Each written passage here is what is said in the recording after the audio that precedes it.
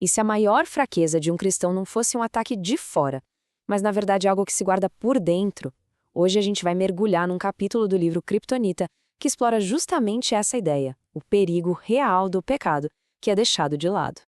Olha, a análise já começa com uma pergunta que choca um pouco. Como é possível que pessoas que parecem super dedicadas, super ativas na fé, um dia possam ouvir as piores palavras possíveis no juízo final? O autor nos desafia a encarar essa possibilidade. E para a gente entender a resposta dele, primeiro a gente precisa conhecer a metáfora principal que dá nome ao livro. Pensa na criptonita do super-homem, sabe? O autor usa essa imagem para descrever o pecado que vira hábito, aquele que a gente não encara.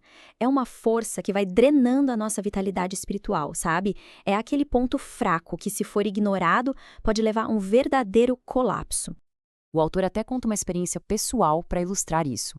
Lá no ensino médio, foi o medo das consequências que o manteve longe das drogas. A partir daí, ele constrói o argumento de que ter um medo santo do pecado não é algo ruim, mas, na verdade, um mecanismo de proteção e dos mais importantes. E essa ideia de um medo que protege, segundo o autor, tem base bíblica sim. Ele aponta para passagens como essa aí, de Hebreus, se interpretando como um chamado para a gente ficar vigilante, sabe? Para não acabar se desviando da promessa de Deus. Então, se o pecado é essa criptonita, qual é a primeira consequência devastadora que o autor descreve? O mais surpreendente é que ela se aplica diretamente às pessoas mais ativas dentro da igreja. Pois é, e é aqui que o negócio fica desconfortável. A descrição que está aí não é de gente apática, de gente fria na fé. Muito pelo contrário.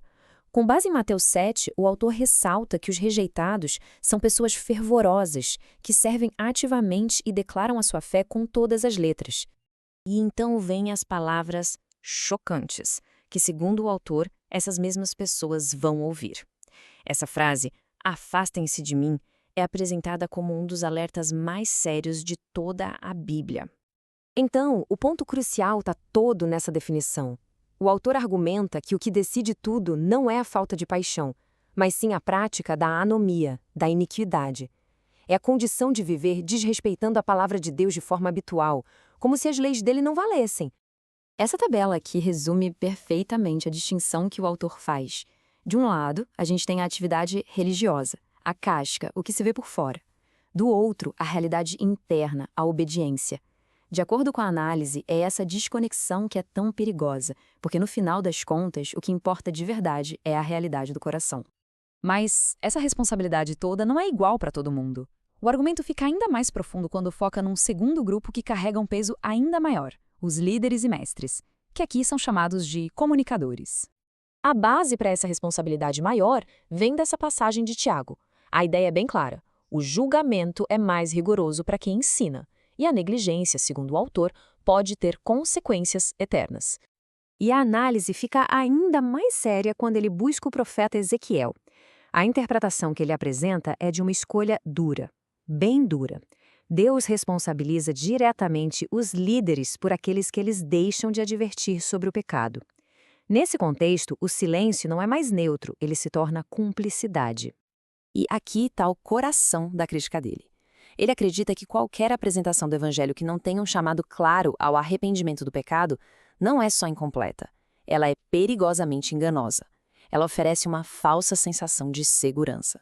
Mas o impacto do pecado não confrontado não para no indivíduo ou no líder, não.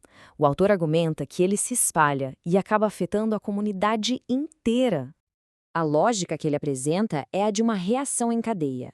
Tudo começa com o pecado individual que é ignorado. Isso, por sua vez, enfraquece a igreja como um todo, que aí, consequentemente, perde o seu poder de transformar a cultura e a sociedade ao seu redor. Para validar esse ponto, o autor busca um exemplo lá na história. Ele aponta para o momento em que o cristianismo virou pop no Império Romano. A tese é que, ao comprometer a sua mensagem sobre o pecado para ser mais, digamos, agradável, a igreja perdeu a sua força, o que teria contribuído para a entrada no período que a gente conhece como a Idade das Trevas. Bom, diante de um diagnóstico tão sério, qual é a solução que ele propõe?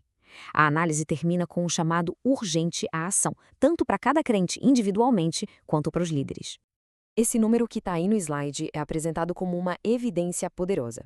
O autor usa ele para contrastar a situação de hoje com o ministério do evangelista Charles J. Finney. Relatos históricos dizem que mais de 90% dos convertidos dele permaneciam na fé, um resultado que o autor atribui diretamente à forte ênfase que ele dava no arrependimento. No final das contas, o apelo não é para um julgamento severo, mas sim por integridade.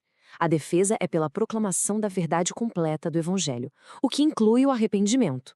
E o ponto crucial é: isso deve ser feito com amor, porque o aviso mais honesto é também o ato mais cheio de amor.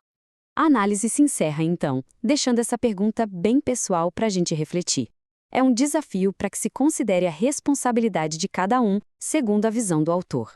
E essa foi a nossa análise dos argumentos centrais deste capítulo. A gente se encontra na próxima semana para uma nova análise. Que Deus abençoe a todos os que nos ouviram.